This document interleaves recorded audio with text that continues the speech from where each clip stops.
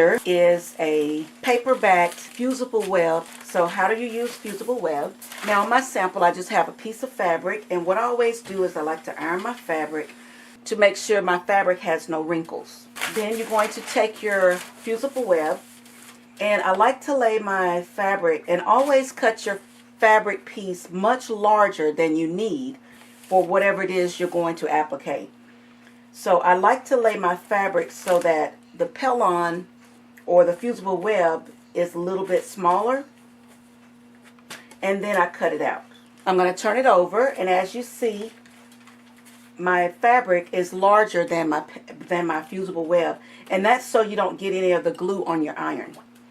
And I turn my iron setting to no steam, but follow the instructions on your manufacturer's instructions on the fusible web. And I always like to start in the center, and I let it sit for about 10 seconds. And after it's sat for 10 seconds, I move it over to the other side, and I let it sit for 10 seconds there as well. Now our fusible web is all set.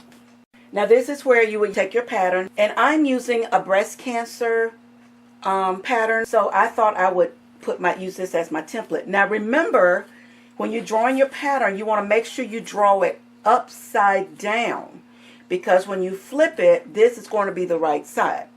So I'm going to take my template, and you just simply trace it out. I have my pattern drawn out, so now I'm going to use either some embroidery cutting scissors or just some small scissors, and you're going to cut your design out.